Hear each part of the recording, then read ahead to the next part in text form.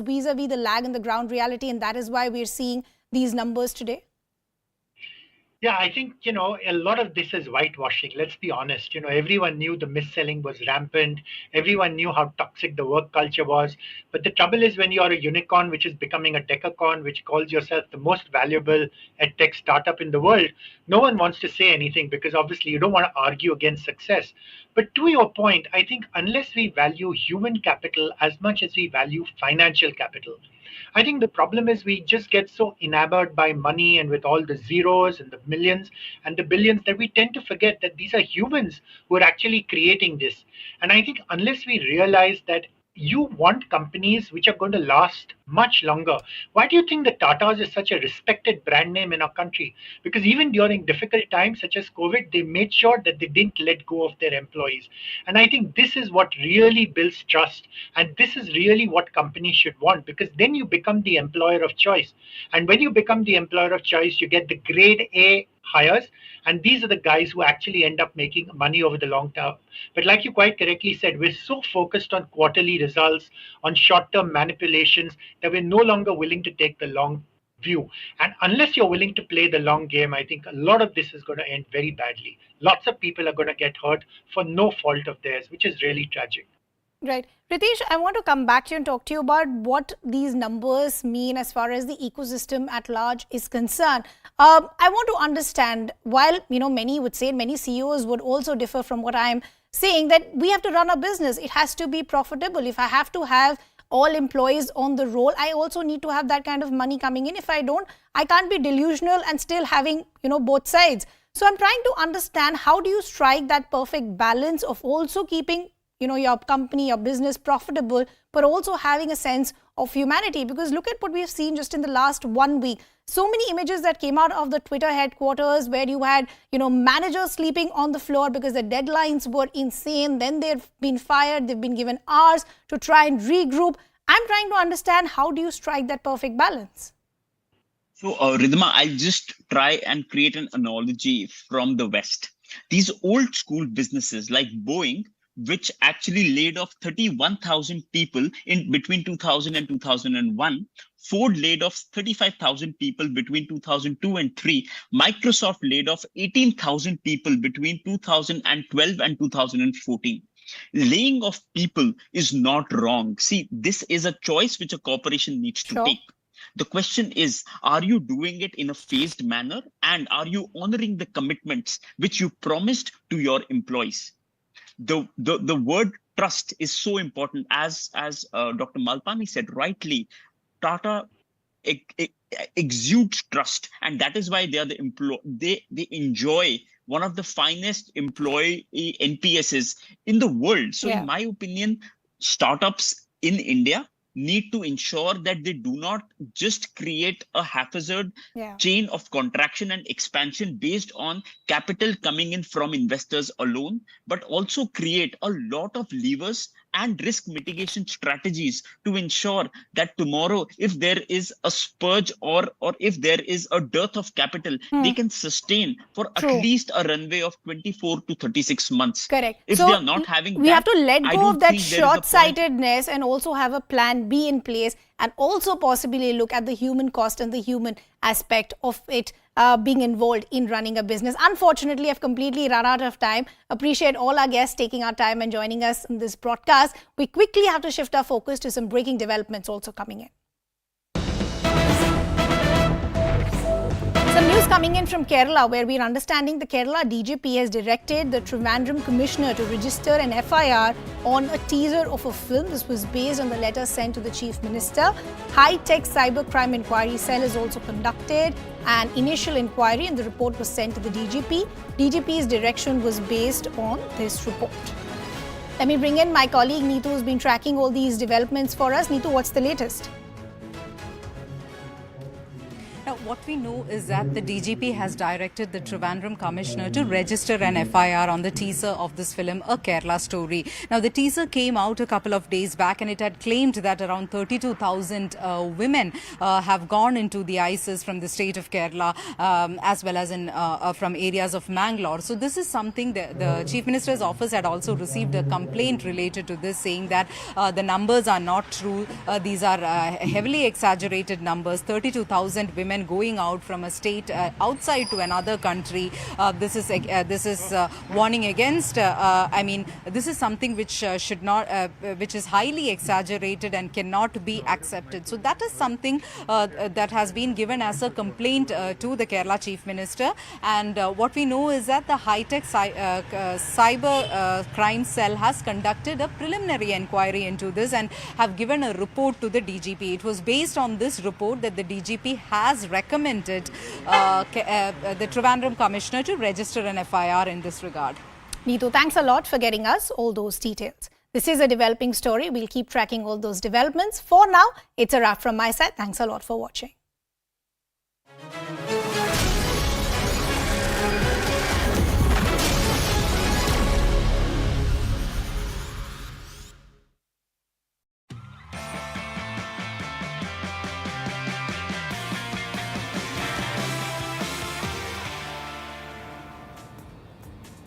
Hello and welcome everyone. I'm Shivani Gupta. I'm joining you from Adelaide in Australia. This is of course going to be the venue of India's semi-final in the T20 World Cup against England. Over the next 1 week or so, and we're hoping it's going to be a good week for India, we're going to get you all the updates and the action, the analysis right here on CNN News 18. So continue to join our coverage. First up, of course, let's talk about all the 4 semi-finalists. It's not just India. Remember, miraculously, even Pakistan have made it, our subcontinent neighbours. And then, of course, are the teams of England and New Zealand, all of whom have booked their spot in the semi-final. The run-up to the semi-final couldn't have been more exciting. And this is possibly one of the most exciting run-ups to the semi-final in any World Cup, not just the T20 Cricket World Cup.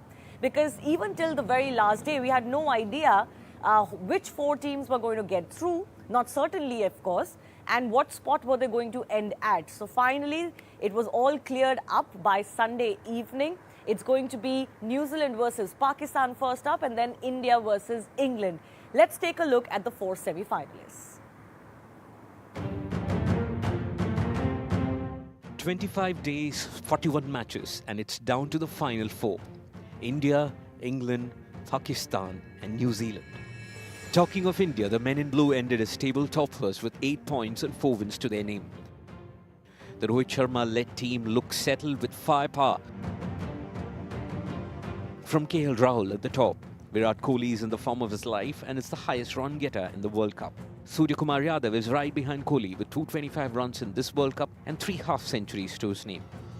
Down the order, Hardik Pandya and Akshar Patel are dangerous customers with a bat against any side. On the bowling front, all eyes will be on Arshdeep and he will be expected to get India early wickets. With the experience of Shami, Pandya and Ashwin in the mix, India looks like an unbeatable team. However, there are some small areas of concern with Rohit playing only 1 good knock this World Cup and that too against the Netherlands. The debate over wicketkeeper batsman position continues to rage after Pant failed to deliver in the match against Zimbabwe. India will face England, who finished as a second spot with 7 points in 5 matches with 3 wins. The Butler-led team endured a shaky start, including a shock defeat to Ireland, but recovered to beat New Zealand and Sri Lanka to clinch a place in the last 4. England are likely to be without David Malan, who picked up a groin injury during England's final Super 12 match against Sri Lanka. The 2009 champions started their campaign with a defeat to arch-rivals India and then suffered a shock defeat to Zimbabwe.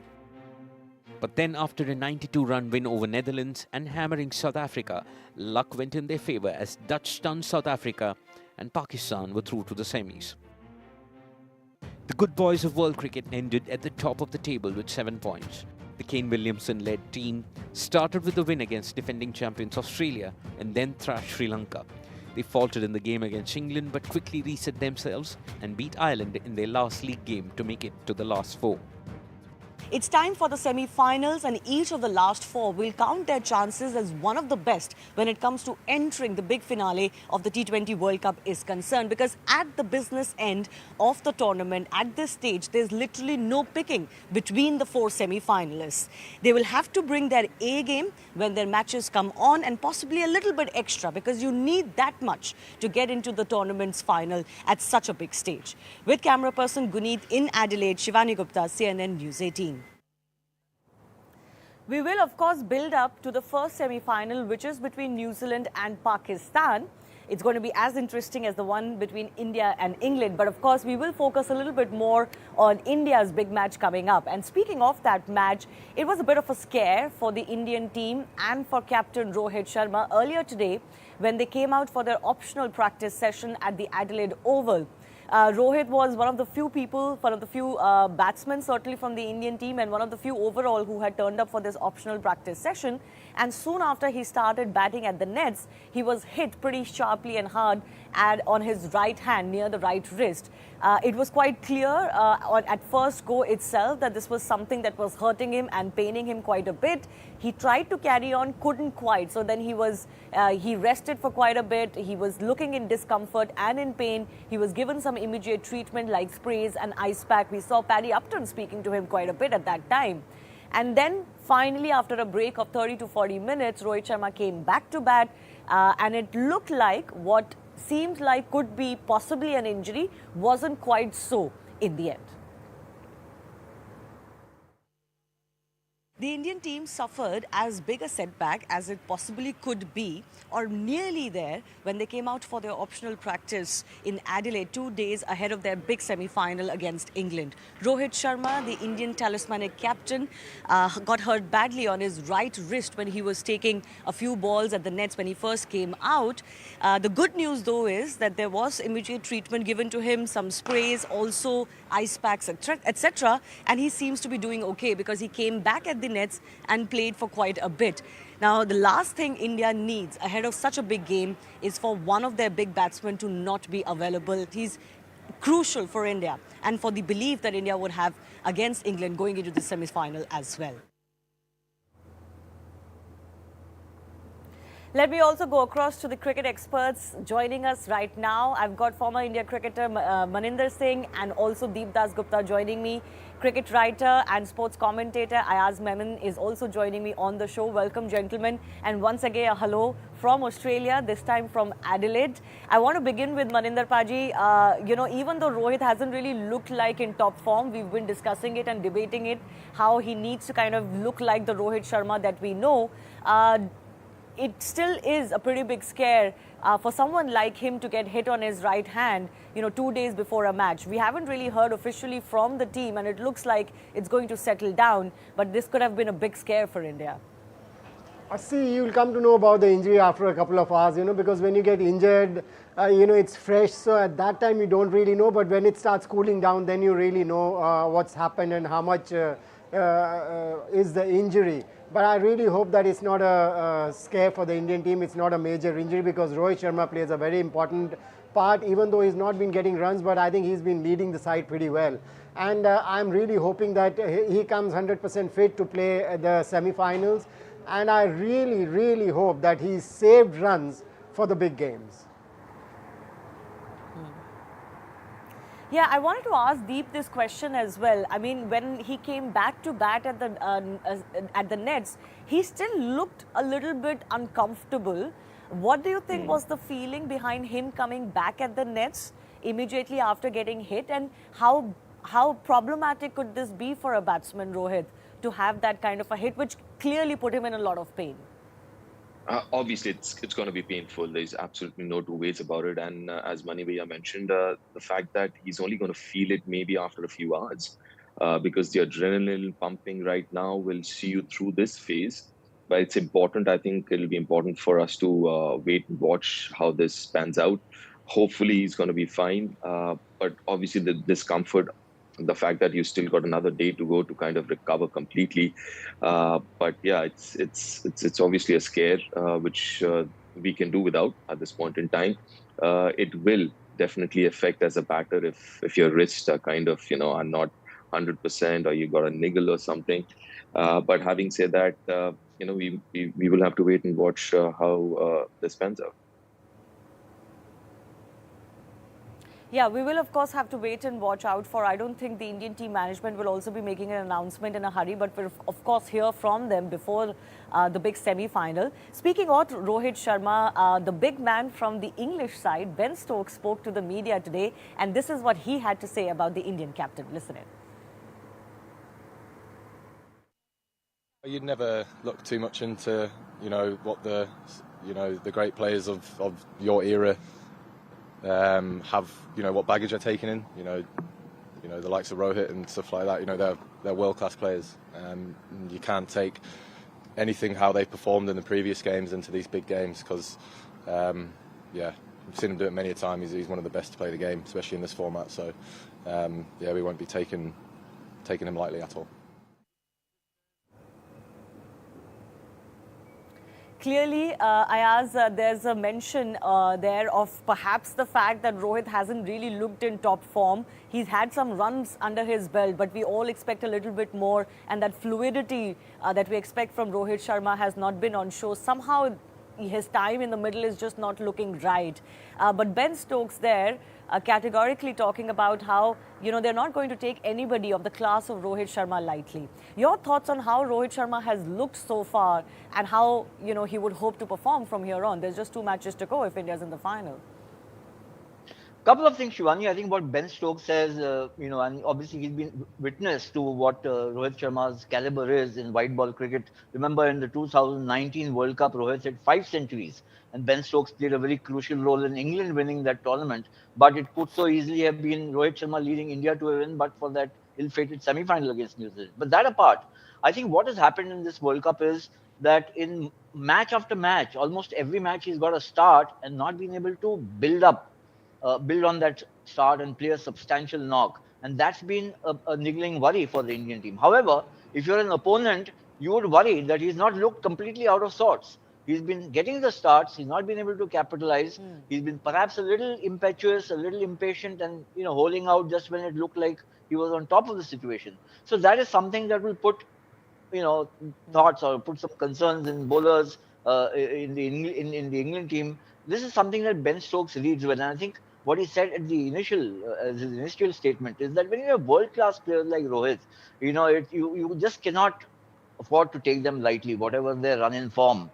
So I think that they'll be wary not just of Kohli and Surya Kumar Yadav, who've been in top form, but somebody like Rohit Sharma, who's looming right at the top of the batting order.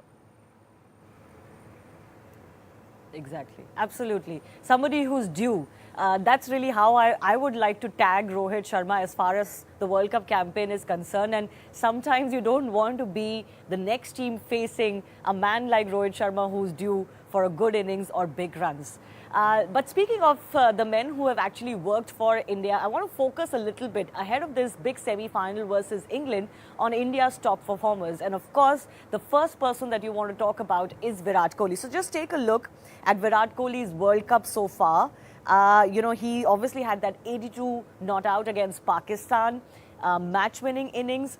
In his own words, possibly his best innings ever and one of the best innings ever played in this format. 62 not out against Netherlands, didn't quite score much, only 12 against South Africa, 64 not out against Bangladesh and then a 26 against Zimbabwe. Virat Kohli has looked as good as we would want him to be because he's kind of peaking at the right time. And the belief or just the energy that Virat Kohli is bringing into this World Cup campaign, even though he's not a captain anymore, but he's still really hopping around on the field. And, the reactions from Virat Kohli are worth seeing when India gets a wicket, etc. Just the whole energy and the focus he's bringing is absolutely heartening to see, isn't it? Absolutely. It seems like he's in that right mind space where he was when he was dominating world cricket a couple of years ago. It seems like he's in that space right now, and which is so good to see. Obviously, batting wise, listen, I mean, he's a modern day great. I mean, he's so pleasing to the eye. And he's at his best. There's absolutely no two ways about it. As you mentioned, the body language, everything else, his batting, the intent in his batting. In the last couple of years, obviously we've spoken a lot about it, but the fact that at times it seemed like he wasn't getting his template going in terms of he was rushing at times, maybe too slow in the start at times. But I think in this tournament so far, it seems like he's got everything spot on. He's crossed all the T's, he's dotted all the I's. Can't get better than this, and the consistency. That's the thing about Virat right through his career. If you think about it, in a format like this where consistency is so difficult to get, and he's been so consistent, it's absolutely brilliant. Also, I mean, that middle order is working so well. If you think about it, that partnership, Virat, Sky, Hardik, I think they all are coming together, complementing each other really well. It'll be very, very unfair to talk about one of them without mentioning the others, because I think that middle order is come together. No, it's I'm going to playing as mention a the unit. others as well. I'm just starting with Virat Kohli. Don't worry, Deep. We have Shivani, a little bit reserved for Sky too. No. That's the point, Shivani. What I'm trying to say is he has kind of been able to get this whole unit together and play as a unit where he is the fulcrum and you have Surya and Hardik playing around him. So it's imperative that you have someone like him who's kind of leading the show or leading the pack. No, absolutely, absolutely. We're going to talk about a couple of our other big performers as well. But, Manina Paji, one thing that really stands out about Virat Kohli, we all knew he's a modern day great, as Deep put it. We all, have watched him bat since he was very young and grow to this great that he has become. But I think one thing that's truly standing out, or at least standing out again about Virat Kohli, is just his match awareness and that sense that you have to build your innings. Just accelerating at the right time, taking your time when you can. And just, that's just working really well for him. And that's what's really key in a T20 game, isn't it? Because it's all about matching your rhythm to the demands of the match. Yeah, he's brought calmness to himself in this kind of a format, because we were seeing a couple of years ago that in T20 cricket, he was trying to hit every ball, which is not possible. You've got to give yourself time, and Virat Kohli is a batsman, if he gives himself time, he can accelerate. We've seen that, in the last 5 overs, if he bats, if he's taken some time and bats in the last 5 overs, he scores at a strike rate of more than 250, which is absolutely brilliant. And he is somebody who can do that. So I think he's realized that, he's brought that calmness to himself. As far as match awareness is concerned, Shivani, I think he always had that match awareness. Otherwise, you can't have more than 70 centuries in international cricket. So, that sense he always had. And the best thing about him is, which is very important in international cricket, he's mentally very strong. He's taken his criticism pretty well, because he's been criticized for the past 3 years that no century, for whatever reason, the critics have been criticizing him. Okay, no centuries, but he has been scoring runs. He has been middling the ball. And, once he got those runs against Pakistan, he said, now I'm going to make it big. And, there was no looking back. So Virat Kohli is a batsman who would score runs himself. But the best thing about these great players is they make partnerships. They make their partners score runs as well. And probably, with Virat Kohli being there, Surya Kumar Yadav has been able to play his game that he has been practicing for so long, because even Rahul Dravid said that he works very hard at the nets, the kind of shots that he plays in the match. He builds that character in the nets, which he takes to the game. And I think the best thing about Virat Kohli is he has been very positive in his approach, and he has given that to Surya Kumar Yadav and, as Deep said, to Hardik Pandya as well. Yeah, obviously, Virat is that fulcrum around which the other batsmen can also kind of get their cue from and perform accordingly. Sometimes they will be taking the lead in their partnerships, as Surya Kumar clearly does and has, and sometimes it will be Virat Kohli. But what a turnaround it has been for Virat Kohli. I do want to mention here, before I talk about Surya Kumar Yadav, that just a year ago, I remember that match that India lost, which was their first World Cup loss to Pakistan in the last year edition of the T20 World Cup. Virat Kohli was effectively the last man standing in that match, but he couldn't quite get going. He couldn't quite accelerate, right? And from that to now, he seems to be a at will being able to do what he wants to do. Let's hope that he has enough left in him, because the biggest two matches of the Indian team are coming up. But speaking about Surya Kumar Yadav, let's first listen into this conversation between Ashwin and Sky. Hello everyone, the roses are red, the sky is blue, and Surya Kumar Yadav is here with me for another interview. It's nothing new. On a scale of 1 to 10, how bored are you playing these knocks and coming in front of the camera to talk about it? Not bored at all. I mean, I've been enjoying batting right now, doing all those things what I do in practice sessions and what I've practiced in the last few years. So really happy with that. And on scale of 1 to 10, let's give it 9. Oh, you're that bored of coming and talking? No, not bored at all. I mean, I'm enjoying it. It's my pleasure to sit with you and talk here. No, absolutely. I should be saying that. Anyway, so you've kept the ball in the air all along through this World Cup. It's just not gone along the ground, nor has it gone to anybody's hands. How do you manage to do it? Is it everybody on air talks about how big these grounds are? Do you see only gaps, or do you see only the crowd when you're playing? I mean, I only see the gaps when I go into bat, and I've been just enjoying batting whenever I go inside, just in completely different zone altogether, just around myself and enjoying everything what I do. Do you ever have the fear that you might get out in a game, or it just comes instinctively? Yaro, chalo ball dekha, mara bas. No, I've succeeded a lot of times than failing while playing these shots. So the confidence is really high of playing those strokes, and I've been just going out and just exploding. That's it. Are you generally a very impatient person, or just when you see bowlers you get impatient? No, not really. I mean, it's I just try and play the format. It's all about with what intent you go into bat, and as I rightly said before also, I just try and try and get runs off every ball, and if there's an opportunity, then why not? Even if it's the first ball, just grab it. So you're trying to say, in case you play the longer format tomorrow, you will give bowlers a bit of respite. Can we take that as a guaranteed thing? Maybe. You've come to Australia for the first time, starting from the practice game with Australia at Gabba, their fortress. There on, your form has just continued. How does it feel? Is it any different? No, everyone asked me only one question. You have never been to Australia, bouncy, fast tracks, big grounds, you have never played there. What is your preparations going to be like? But I said the same thing. When I practice back home, I play at 1KD, I practice at 1KD. The bounce is really good, though the ground is not that big, but the bounce is the same. They prepare good fast tracks for me over there, so I have practiced a lot over there. And coming here, I've always enjoyed batting on big grounds, because I see those big pockets, see the gaps, I hit the gap and run hard if I'm under pressure or something like that.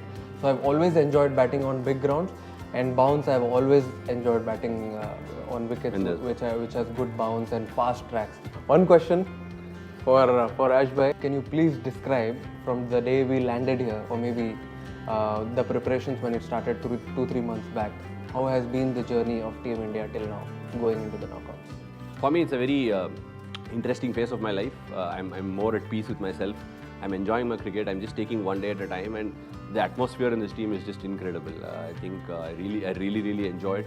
A lot of people have spoken about it. But just the way the preparation is on top, we prepare like there is no tomorrow. All right, so the two teammates having a nice time together, and some nice probing questions by Ashwin to Surya Kumar Yadav. Deep, I know that you were, you obviously put a lot of confidence and a lot of weight to the performance that Sky is giving for the team. So very quickly, anything more that you would like to add about what Sky is being able to do for the Indian team? It's incredible, and it's kind of supernatural. The areas of the ground that he accesses is just unbelievable. I mean, let's take the Zimbabwe game, for example. Last over, left arm seamer, bowling wide Yorkers, and he hit them for 6 over fine leg. How do you do that? I mean, how does anyone do that? So it is incredible. I think I did share with everyone when I asked Surya about this, playing behind square thing. And he said, this has come from his days playing cricket on the streets, right, with rubber ball, because there were houses in front of the wicket, the empty spaces were behind. So while playing on the streets, he picked up these shots, and it's coming so handy right now. I mean, it's unbelievable, and the consistency. It's not just about playing those shots, how consistent he is with those shots, and it's not easy. Anyone who has played in Australia and have gone there for the first time to adapt to that bounce and pace, big grounds, big boundaries. It is incredible what he's achieved in this tournament, going to Australia for the first time. It's unbelievable. Yeah, absolutely. And India will need more of that. Before I go to Ayaz on Sky as well, I want to quickly just play out what Ben Stokes, one of the batsmen that England will hope will come good, an all-rounder that England will hope will come good for them, has to say about the Sky phenomenon. Listen. Yeah, Surya Kumar has obviously, came in and set the world alight. He's a fantastic player and plays some shots where you're just sort of scratching your head sometimes. But he's in great form. But about Thursday, hopefully we can try and shut him down and not allow him to get on one of his rampages. It's about assessing and adapting to whatever situation you're having in front of you. But obviously, we come here to Adelaide, which is a very different dimension ground to the grounds that we're used to playing on. We've been playing on big square boundaries and looking to try and get the batters to hit to them. Whereas obviously here we're probably going to have to look to change our tactics around that. Right. Ayaz, like Deep is saying, like Ben is saying, what does the opponent side do to somebody like Sky to restrict him? Because the man can clearly make good of any ball at any time and hit it, wherever he wants, especially behind the wicket, as Deep was mentioning. Yeah, I mean, look, Shivani, this is what Ben Stokes said is absolutely right. He said, some of the shots make you scratch your head and wonder how the hell did he create that stroke? And I think Sky is having the similar impact which Viru Sehwag used to have in red ball cricket when he first came, or actually throughout his career. He couldn't set a field to do in red cricket. He was outrageously brilliant, which is what Surya Kumar Yadav is. He's finding angles and he's finding spaces where you would imagine that they've got everything covered, the opponents would, but yet he finds ways and means of reaching the boundary or clearing it. I think there are two things which strike me about Sky's success. One is he loves the spotlight and he's feeding on his own success. He's trying some really outrageous strokes. He's succeeding in them, trying something even more incredible. But the other thing is, he's not a rookie, he's not a spring chicken. He's been around in first-class cricket for about 10, 12 years.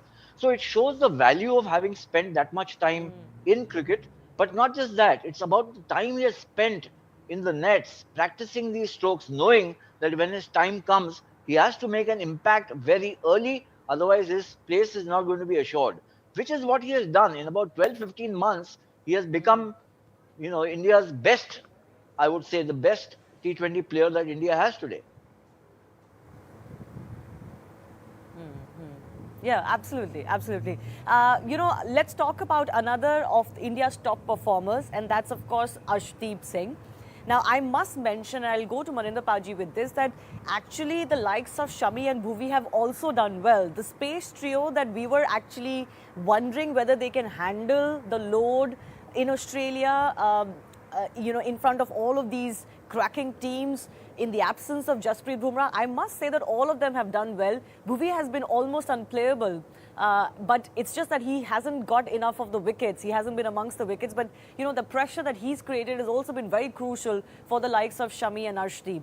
But Maninder Paji, your thoughts on Arshdeep? Because I would admit that I did not feel that Arshdeep was ready for this big stage, especially after his performance in the Asia Cup. But he clearly has grown leaps and bounds as well. I've been very impressed with him, and he's also somebody like Surya Kumar Yadav we were talking about, that he's worked very hard in the nets, and that is where he's built that character. Because I say this time and again that Bishan Singh Bedi used to say this, that nets is the place where you build your character and you take it to the match. I think Arshdeep, like Surya Kumar Yadav, has worked very hard at the nets, because a couple of years ago he used to look an ordinary bowler, who would bowl at a pace of 128, 130. He's increased his pace, and the way he uses his wrists on the ball, you can't really make out whether he's going to bring the ball into the right-hander or going to swing the ball away from the right-hander. And this can only happen if you worked hard at the nets. I think once he started playing IPL, he realized his potential, probably by the seniors or by the foreign players in the team. He must have been given that confidence that he's a material, he's got it in him, and if he works hard, he can really play for the country. And he has worked hard, because the kind of confidence, the kind of calmness he has on himself is brilliant. And you were talking about Bhuvneshwar Kumar and Shami. I think he's been a great help to them, because why? He gets wickets up front. And even if you give him 15th or the 17th or the 20th over, he'll get his captain wickets. And so many times we've seen Rohit Sharma giving him the last over, which goes to show the kind of confidence he's given to the team management. Yeah, absolutely. And what a right time for somebody like Arshdeep to come along, but also, really find his mojo, as they say, Deep. Because, it's one thing to have the pace, it's one thing to have the variations. It's another thing, especially for a young fast bowler in front of all the big batsmen from the world, to truly be able to deliver it when he wants to do it. The good thing about Arshdeep so far that we've seen is that he's able to execute his plans. You're absolutely spot on, Giovanni. I think it's one thing, as you mentioned, to have the skill set, but at this level, this platform, World Cup, against the top sides, to actually deliver. And I saw him last season in the IPL, right? That was his first season, and he came across as somebody who had that temperament. Playing for Punjab in the IPL, he was kind of the main bowler in that unit for somebody as young as him. And he obviously has a great story. Obviously the fact that he was not going to play cricket, he was going to leave the country, go to Canada or somewhere, but he asked for an extra year. So obviously, I mean, he knows exactly what he wants. And that temperament that he's shown for the last season and a half, a year and a half that I've seen, and also the skill set. And the fact that initially when he came into the IPL, he was more of that death bowler who would come and bowl those cutters. But in the last, 6 odd months, ever since he was picked for India, especially that T20 in Trivandrum, if I'm not wrong, against Australia, I mean, you could see that he's so handy with the new ball as well. And his swing, let's talk a little bit about the technical side. It is not from the hand, as Manivia mentioned. It's from the hand, from the wrist. It does not. A lot of the swing bowlers, at times, they swing it from the hand. He doesn't do that. His swing is pretty late in the air. So as a batter, you've got to react very, very late because you can't pick it up from the hand. But most importantly, as far as I'm concerned, that temperament that he has to kind of, to soak in all the pressure. We all know what he had gone through, unfortunately, and I feel quite ashamed of it as well. He had to go through because of that one over that he had bowled. But look at him, look at his heart, look at that temperament, the way he's bounced back. He's one for the future. As long as we can handle him, his work management and his fitness and all, watch out for him. He's here to stay. Yeah. Just because you mentioned that, I do remember that Roger Binny, who's taken over as the BCCI president, did say that one of the things he's going to focus on is the fitness of the fast bowlers, and the fact that somebody like Bumrah was injured just before the World Cup. So things like that should not happen. So hopefully with Roger Binny as president, we'll have a greater focus on the rotation, although India has been, of course, employing rotation for quite some time and, giving adequate rest. But what can you do? Sometimes these things happen. All right, I want to shift the attention a little bit to our next opponents, and that's England. And when I speak of England, before I go to Ayaz, I want to quickly go across to Maninder Paji also, because I remember, I think, Maninder Paji, you had picked England as your dark horses. Not exactly a dark horse, but I think you felt that England were a champion side and they could be a champion in this format. How do you feel about them now? And who do you think is going to be their greatest asset against India? I thought before the World Cup started that they're going to be the favourites. They'll start as the favourites, but they've not played as good cricket as the team looks on papers. So that is because they've only got 7 points in the campaign for the World Cup, and they finished at number 2. Which I was thinking that they'll finish at number 1, when the league stages. So I think the Indians should be pretty confident playing against the English side for the kind of form that they are in.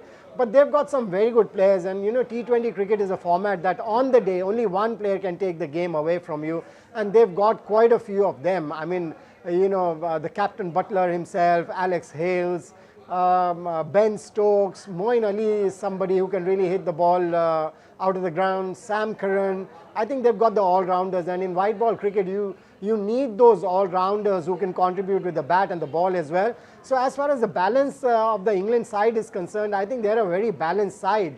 So I think the Indians will be wary. They've played against most of them. They would know what to do against them. They are a big side. There is no doubt about it. And you know, this is going to be a big game, a semi-final. You know it's a knockout that you lose here and you go home. So I'm still expecting this English side to do well. But I don't know, somewhere down the line, I feel that the Indian side, if they get their balance right, and you know, when I say the balance right, I would like to see the likes of Chahal in the side in the first 11, who bowls to get wickets, which is very important in the middle overs. I still feel the Indians would have an edge over England. Right. You know, if you look at the statistics, the head-to-head record between the two teams also, overall it's been pretty equal, and I think you would give that because both England and India have been great sides in this shortest format. But in the last 5 T20Is, for example, India have led 4-1, although the last T20 England won. Do you think that also makes any difference, or the fact that this is a semi-final or knockout, winner takes all, you know, really doesn't matter what the head-to-head record is coming in? Shivani, I don't think on the eve of a semi-final, the captain will be looking at the head-to-head record. I think they'll be looking at what to do on the field on the day of the match, their run-in form. I think England looked the best team going into the tournament, but they had a bit of a stutter. They lost to Ireland, remember. And of course, their match against Australia was washed off. But nevertheless, they made it to the semi-finals. I think what this team has got is great depth in batting. You know, Mark Wood, Chris Wokes, Sam Curran, 8, 9 and 10. These are guys who can score runs. The only novice as a batsman there is Adil Rashid. But Adil Rashid and Moeen Ali give their bowling attack a spin dimension, which can become very crucial at Adelaide. I think the key really is how Ross Butler and Alex Hales there at the top. David Malan is we don't know whether he'll play or not, and if he's fit enough to play. But watch out, I think, for Ben Stokes. He had by his own extraordinary standards, quite a tardy World Cup, except in the last match against Sri Lanka, where he loves the big occasion, he loves the crisis, and he pulled England through. So they've got a lot of depth in batting and they can be brutal in their batting. You've got guys like Liam Livingstone and Josh Butler and Alex Hales and Ben Stokes himself. This is not a team to be taken lightly. India's batting, I would still venture, is a little stronger. The bowling has been very good. We've extolled the virtue of Arshdeep, Shami, Bhuvneshwar, and so on. But I think it may just depend or hinge on how well the two teams field. And that's where I always have this little trepidation about India, because unless their fielding is, really truly world class, it could become an issue. But on paper, I think right now, currently, going into the semis, India have a slight edge. Yeah, India have a slight edge, and just to add to that, the chatter also as we build up to the semi-finals is all about how India and Pakistan miraculously could meet again in the final. So I think the other two teams like New Zealand or England will have much to prove, but I wonder what impact it is having on them that the large Indian and Pakistani fan base and diaspora and population back home are all rooting for an India-Pakistan semi-final. We'll have to wait and see how that goes. But I have to slip into a very short break. On the other side, we will indeed talk about the first semi-final, which will be played between New Zealand and Pakistan. So stay with us.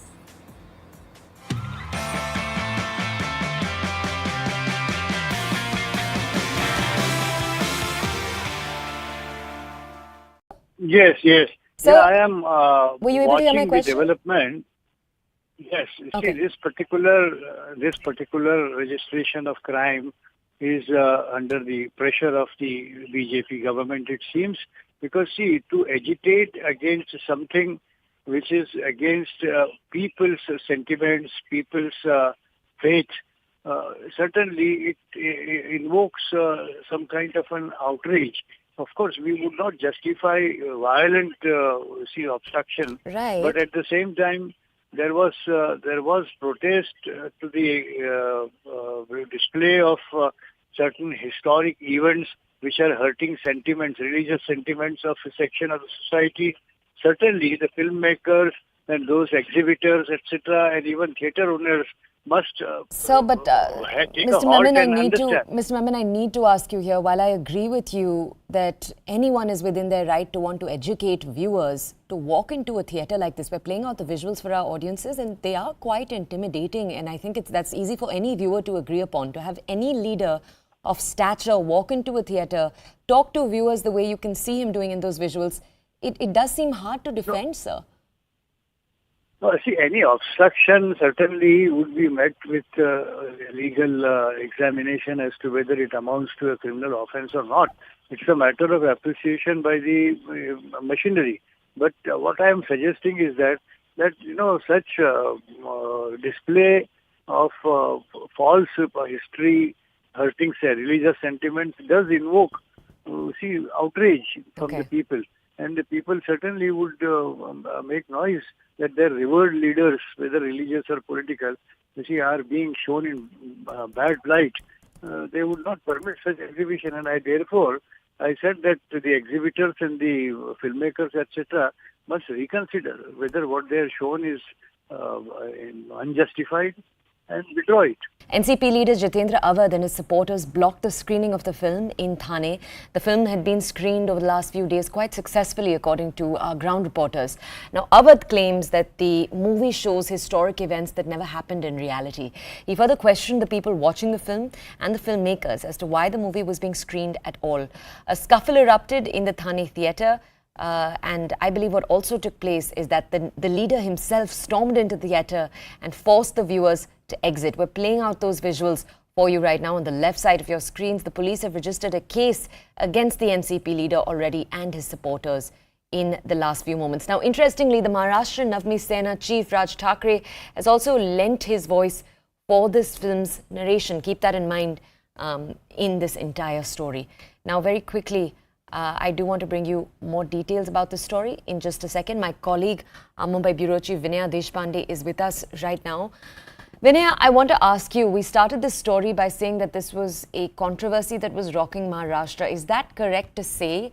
What is the proportion of this controversy? How have you seen it play out on the ground? Well, firstly, let me tell you, this controversy has broken up much later. This movie has been in theatres for weeks now. It has been doing well at the box office. It has been doing good collection. In fact, we saw some political support as well in terms of Maharashtra Sena chief Raj Thackeray not just lending his voice to the movie.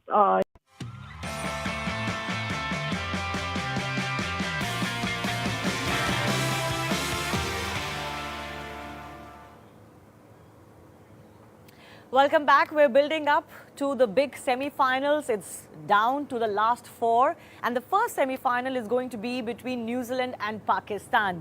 Let me begin by talking a little bit about Pakistan. I mean, how did this team even manage to get to the semi-final in itself is a story. Because they lost their first two matches. And after that, literally nobody gave them a chance with India and South Africa in the group. And even a team like Bangladesh. But the Pakistani team then won their last three group games and won them convincingly to make that re-entry into the scheme of things. And what a miraculous turnaround it has been for them. Former India cricketers Maninder Singh and Deep Das Gupta, sports writer Ayaz Memon, continue to be with us. Deep, what's happening with this Pakistani team? I thought we were told that this is no longer the team that we knew from Pakistan. This is not an inconsistent side. This is not a side that you can't predict which side wakes up and comes to the field. But actually, that's still true. We still don't know which Pakistan is going to turn up. It is absolutely spot on. I mean, yes, I mean, Pakistan played consistently well for a good year and a half. But again, a major part of it has got to do with how inconsistent the batters have been for Pakistan.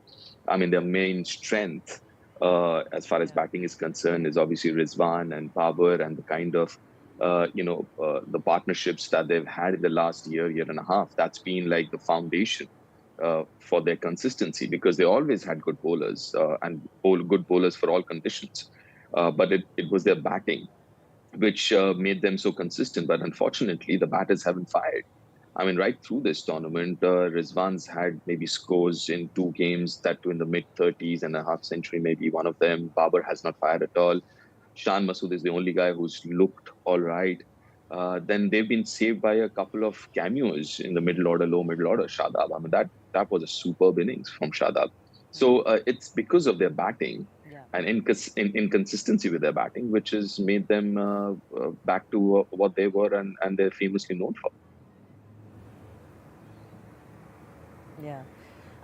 You talked about Babar Azam. I want to talk to Ayaz about him as well, because, from the time when he was touted as the world's best batsman and was #1, to now where he's struggling, he's not amongst runs, but he's not even looking like the Babar Azam we know. Like, there is not anything that has come from him so far. How does that happen to a batsman, Ayaz? Shivani, that's a riddle. I mean, he looked to be the best all-format player about a year back, and the rankings, ICC rankings, seem to suggest that he had overtaken the likes of Virat Kohli and Joe Root and some of the others. But in this tournament, he's looked completely out of sorts. I mean, he's just not able to put bat to ball. He's like a ballerina with flat feet, the way he's been batting there. So I think one has to do with the way he's just weighed down by too much expectations from him as a batsman and as a player, and then as a captain. And I'm just reacting to what I see on social media and I hear on shows and stuff like that the Pakistan gang or the whole gamut of former players are far more probing and hostile, I might say, towards their players than they would be even to some of the other countries. So he's feeling the pressure. There's no doubt about it. And I think the success of Pakistan must be seen in this context. I think what Deep mentioned is right. Between Babar and Rizwan, they haven't put together 100 runs collectively in this tournament, just about, in all the matches put together. And if they've still reached the semis, it just shows that it can be a very dangerous side going to the semis. One or two guys fire. You got Harris, you got Shadab Khan, you got Iftikhar, who can come up with these cameos, and then the bowling attack has been fabulous.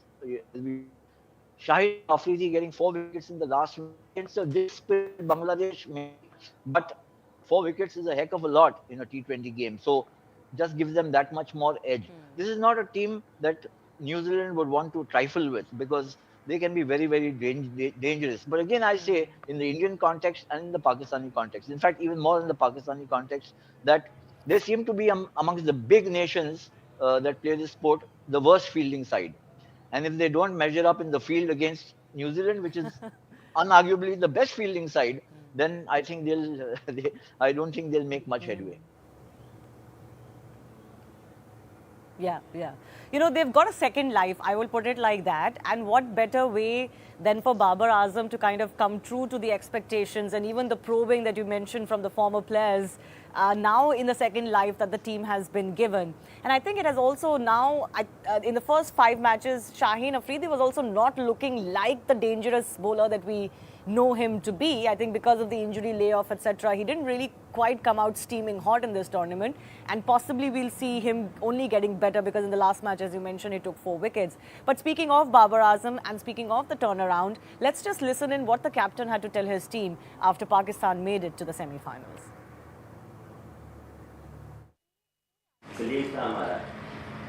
हम ये नहीं करें तो वो हमें रोशनी मिली है और हमने आज उस पर पूरा उतरे हैं। हमने ये नहीं कहा कि वो एक्साइटमेंट थी, लेकिन हमने वो शो अंदर नहीं करा। एफर्ट अपना हमने 100% देना है, जो मर्जी हो।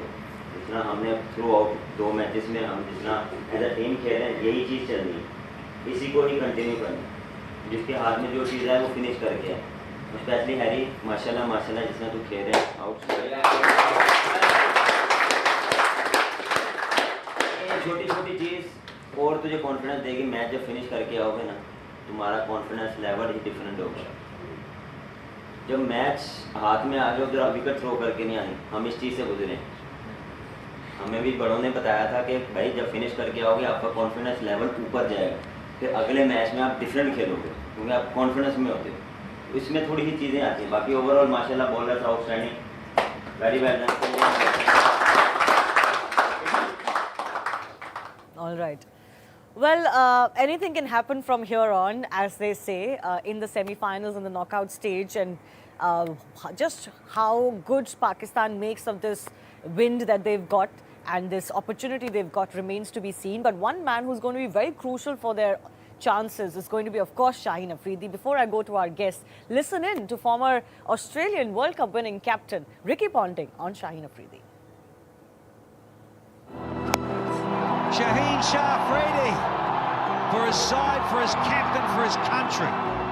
Well, he's right up near the top, and the reason I say that is because it's across 3 formats as well that he's been able to dominate. Being that height, that pace, being able to swing the new ball, and then even watching the game yesterday in Adelaide, he went round the wicket late and was able to swing the old ball away in a T20 game as well. So he's got a terrific skill set. He ranks right up there, and I think he's a really, really important member of this current Pakistan team. Yeah, it's hard if you're trying to rush back, if you're trying to push yourself back, particularly as a fast bowler. That's where it does get difficult because there's the mental challenges that go with it as well, and knowing how hard you have to work and how disciplined you have to be to give yourself a chance to come back for a big tournament. I mean, the other pressure factor that goes with someone like him is that, you know, if he's not there, then Pakistan's chances of actually winning a tournament diminish quite severely. So there's those pressures that go with it as well. But it's great to see him back to what looks like from the outside full fitness. You know, he might say that he's not back to 100% just yet, but from what I've seen, it looks like he's going along beautifully, and he holds a lot of the keys now for Pakistan progressing in the tournament. Gone. Just that extra pace and bounce. Well, the stage is set for Shaheen Afridi, isn't it? And it doesn't get bigger than this. We've been hearing about him, we've been watching him, we've been wowed by him. And this is truly the stage that Pakistan will hope someone, a pace bowler of the quality of Shaheen Afridi, delivers and delivers big. Now, Mani Paji, before the tournament, if we talked about a more consistent Pakistani side, we did also talk about the fact that they're very top heavy. We did talk about the fact that they're very dependent on Babar Azam and Rizwan. And other than that, their middle order is always a little bit shaky. And the other thing where they could be a little bit maybe over-dependent, or the chatter or the talk certainly seems to be more hyped about, is Shaheen Afridi. Do you think that puts an extra pressure on him? And is the Pakistani side too dependent on just how brilliant Shaheen Afridi is going to be in a match? I think he's a very skillful bowler, and you know he's also a bowler. You know, from his wrist position, you can't really make out you know which way is he going to swing the ball. And it was very important for him to come to form for this Pakistani bowling attack. You know, we are only talking about Shaheen Afridi, but I think they've got 4 bowlers. And as Deep has been saying from the beginning of the tournament, that if you have 4 bowlers who can bowl at a speed of 145 or more, you know, you are a brilliant bowling side. And you know, it's not just the speed. You know, whatever I've been watching in the bowling attack in this Pakistan side, they're good bowlers. They're very consistent. They bowl with a good line and length. You know, on the day, one of the bowlers will go for runs because the opposition has also come in with the bat to bat on these kind of tracks where the ball is coming very good onto the bat. Sometimes the bowler might not have that great rhythm on the day. But otherwise, 4 fast bowlers bowling with consistency is a very important thing. But one of your senior bowlers like Shaheen Afridi, if he comes to form, then it's you know, icing on the cake for any team. And I think this Pakistan bowling attack is the best bowling attack we've seen in this T20 World Cup, and they all look good. That's the best part. And you know what, I want to say one thing about Pakistan. Sometimes you need luck on your side, and they've had it. You know, look at the way they've come to the semi-finals, because nobody was giving them any chance. Why? Because nobody thought that South Africa would lose to Netherlands, and you know, Pakistan would get an opportunity to get into the semi-finals. And sometimes when the luck starts running for you, you can take it away. Yeah, you can actually. Like I said, it's second wing or second chance for them, and sometimes it comes good. So let me also talk about their opponents now. Now, Deep, New Zealand is the classic New Zealand. I don't think we've seen that much of a change as far as the Kiwis are concerned in a World Cup tournament. You know, they're always there and thereabouts. They're always one of the best teams coming in. Nothing, I would say, with no disrespect to them, it's not like anything stands out. They have a Shaheen Afridi to talk about or a Virat Kohli to talk about, but they're just so solid, right? And that in itself is what we've known, the Black Caps to be. How do you rate them going into this semi-final? Well, obviously they've been the most consistent team right through this tournament. Every team has had their ups and downs, but I think as far as consistency is concerned, they've been absolutely spot on, apart from maybe one game where against England, if I'm not wrong.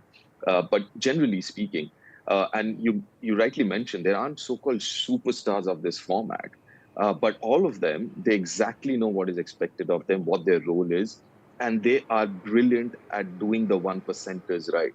At this stage, at this level, it's about those 1%ers, converting those ones into twos, the fielding.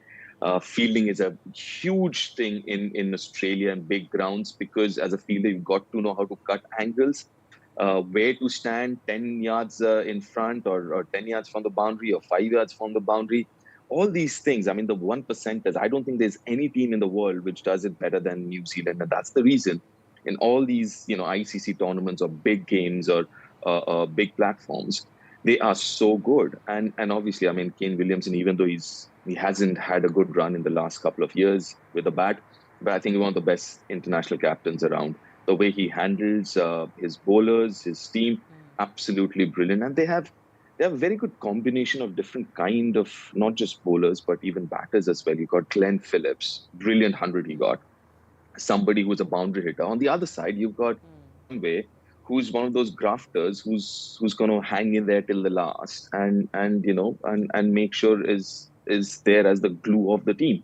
A couple of things. Most importantly, it's going to be in Sydney, where the pitch has been on the slower side. It's been slower than usual Sydney pitches, which is known to be slow. And it's been tacky, slow, and it hasn't been a good T20 pitch, if I may say so. So that makes it very, very interesting. That's where someone like Santner, again, someone who goes under the radar so much, he becomes very useful. His economy is around 6, just over 6 this tournament. Is so they will become important. And that's where, people like Conway and the grafters and Williamson, who plays spin so well, will become very, very important. Absolutely. So Ayaz, let me give you the final word as well. I'll take a final prediction from all of our guests and experts as far as the first semi-final is concerned. Do you feel that the fact that Pakistan is coming with 3 straight wins under their belt, with their tail up and renewed belief, that just kind of gives them an edge in this semi-final? Well, I don't think that consistency has been their virtue. You've got, as Deep mentioned earlier, from the top order, they've got a few people or batters who've come up and played some superb cameos. But there's nobody who's done, even to form. New Zealand top order has been excellent. Somebody like Glenn Phillips rescued them against Sri Lanka, and not just rescued them, played one of the fantastic innings that we've seen in this tournament. And they've got Finn Allen, who can destroy an attack. He led the charge against Australia, and that's when New Zealand began their campaign with a thumping win against Australia. So this is not a batting lineup that you can take lightly, bowling lineup. So I think, certainly in fielding, they're streets ahead. This is going to be a tough match for Pakistan. It's not going to be easy for them at all. They will need almost everybody in the batting and the bowling to fire to overcome this New Zealand side, which has been in many semi-finals. New Zealand have been in many World Cup semi-finals, never got the cup, and this is something that I think this team is aspiring for. Yeah, absolutely. Almost always the bridesmaids, also rans, but never really the winners. That's been the story of Kiwi cricket. But I think the consensus is leaning slightly towards New Zealand. Am I right? Final comments, 10 seconds each. Manipaji, who do you think has the edge in the semi-final? I think it's going to be a very good game. The Kiwis actually, they're not heroes in their country, so they've always gone into these kind of matches with lesser pressure. But under Williamson, who's handled this team very well, they've won the Test Championship. So they've tasted that, and I think they're not going to let it go. there's going to be a lot of pressure on Pakistanis because the way they've reached the semi-finals and the kind of pressure that they get from their ex-cricketers and their cricket lovers in the country. Right. So Pakistan under the gun, even though they have a lot of belief coming into this match, but with Captain Cool at the helm, New Zealand as cool as a cucumber always. You never really sense that there is great pressure on them, but they always also know how to deliver on the big stage. I've completely run out of time. Thank you, Ayaz, Deep and Maninder for joining us. It's been a very engrossing and riveting cricket chat with you. And of course, remember, a reminding note for our viewers, I will be joining you from Australia as we build up to the semi-finals. And of course, the big one, the final in Melbourne as well. Here's hoping, of course, that India will be there and we'll be bleeding blue when that final comes. So thanks a lot for watching in and tuning in today, and stay with us throughout our T20 World Cup coverage here on CNN News 18. Goodbye for now.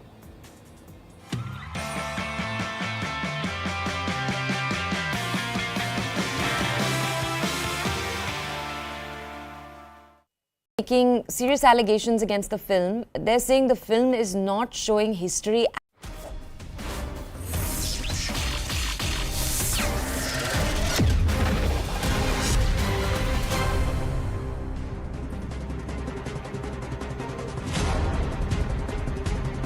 Namaste, Jai Hind, and welcome to this edition of The Right Stand. I'm Anand Narsimhan, and to all our viewers, thank you very, very much. It's interesting, isn't it, how our Indian calendars work and how the forces of nature work. This time around, close on the heels of Deepavali came the solar eclipse, and somewhere close on the heels of Kartik Purnima comes the lunar eclipse. So at all points in time, our festivities have gotten a little muddled because of the way geography works, or perhaps nature works. So those who are taking their Kartik Purnima dip had to do it before 5:20 p.m. this evening because the Chandra Grahan was happening and all the doors of all the temples were being closed. So big phenomenon there. But our focus tonight, ladies and gentlemen, is a different phenomenon.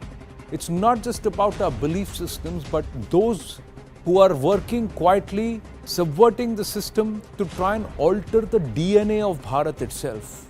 Imagine if there are people who are walking into your homes and trying to tell you, throw away your idols, tear away your gods, posters, pictures of your gods, because these are not gods, they are the devil itself. And your life is in misery, or your life is in trouble because you are following the wrong god. Throw them in the well, come and embrace this god or my god, and life will become better for you. You will get jobs, your children will get education, your the elderly in your home will get medical care, and suddenly you will get money. So you go and meet somebody and you're walking back and lo behold, a book appears, which is a sign, which is an indication. It came out of nowhere. Miracles will happen. These are the claims that are being made. Gullible people, simple people are being induced, seduced, and of course confused into trying to believe that their faith is wrong. The entire Indic system is being challenged. The entire civilizational ethos of Bharat is being challenged. That which is being